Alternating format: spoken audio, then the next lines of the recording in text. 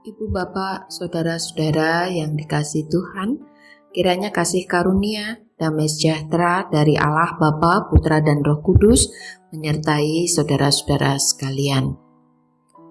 Saudara, sebelum bersama-sama kita mendengarkan pengajaran Tuhan melalui firman yang akan kita baca dan kita renungkan, kita akan mempersiapkan hati kita terlebih dahulu di dalam doa. Mari bersama kita berdoa. Bapa Sang Sumber Hikmat, Allah sumber segala kebaikan, kami datang menghadap hadirat-Mu, memohon tuntunan serta penyertaan-Mu di dalam kami belajar untuk menerima firman-Mu yang akan Kau berikan bagi kami saat ini. Utuslah Roh-Mu yang kudus, mempersiapkan hati kami untuk mampu mendengarkan pengajaran-Mu dan melakukannya di dalam kehidupan sehari-hari. Di dalam Kristus Yesus Tuhan dan Juru Selamat kami berdoa dan bersyukur. Amin. Ibu bapak, saudara-saudara yang dikasihi Tuhan, firman Tuhan saat ini kita terima dari surat Roma pasal yang ke-12 ayat yang kedua yang demikian. Janganlah kamu menjadi serupa dengan dunia ini, tetapi berubahlah oleh pembaruan budimu, sehingga kamu dapat membedakan manakah kehendak Allah, apa yang baik, yang berkenan kepadanya, dan yang sempurna.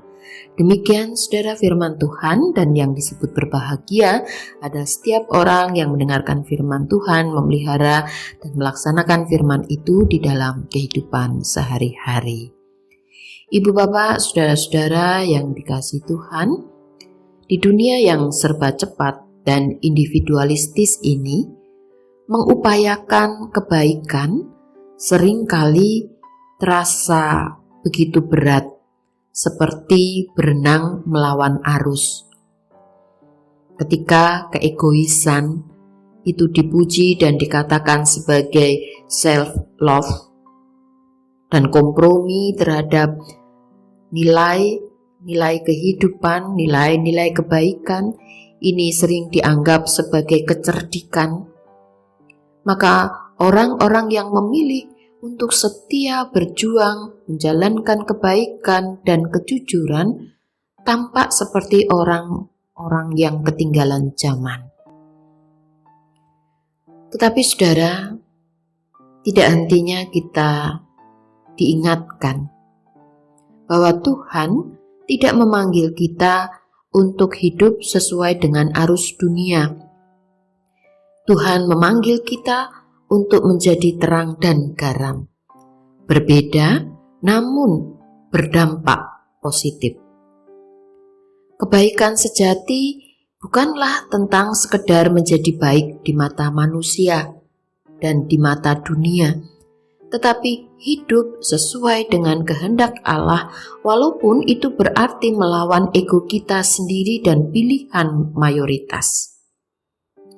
Saudara-saudara yang dikasihi Tuhan, mengupayakan kebaikan seringkali terasa sangat berat karena ego kita yang lebih suka membalas daripada mengampuni. Karena dunia lebih menghargai hasil cepat daripada proses yang benar. Karena lingkungan sekitar kita mudah mencemooh kita karena prinsip-prinsip yang dianggap terlalu rohani. Saudara, Yesus sendiri mengajar dan menunjukkan bahwa jalan kebaikan adalah jalan salib. Tidak mudah, tetapi mulia. Tidak populer, tetapi ini kekal sifatnya. Dan justru di dalam kesulitan itulah kasih serta kuasa Tuhan itu dinyatakan. Saat ini saudara, mari kita mengambil waktu untuk berefleksi dengan bertanya di dalam hati kita. Apakah saat ini kita sedang berkompromi dengan kebaikan-kebaikan, nilai-nilai kekristenan dengan lingkungan dan tekanan-tekanan yang ada di sekitar kita? Apakah saat ini kita berani memilih yang benar meskipun itu tidak nyaman atau tidak menguntungkan kita secara duniawi. Mari saudara, kita memohon pertolongan Roh Kudus menuntun kita supaya kita terus bisa memilih jalan yang benar meski sulit dan tidak populer. Mari kita memohon Tuhan menolong kita dan membentuk hati kita agar kita tidak mudah menyerah pada keinginan diri sendiri atau tekanan-tekanan arus zaman. Mari kita memohon akan karya Allah Bapa, Putra, dan Roh Kudus yang terus memberikan kekuatan supaya kita tetap dapat berbuat baik, karena hidup kita senantiasa bersumber pada kebaikan sejati. Amin.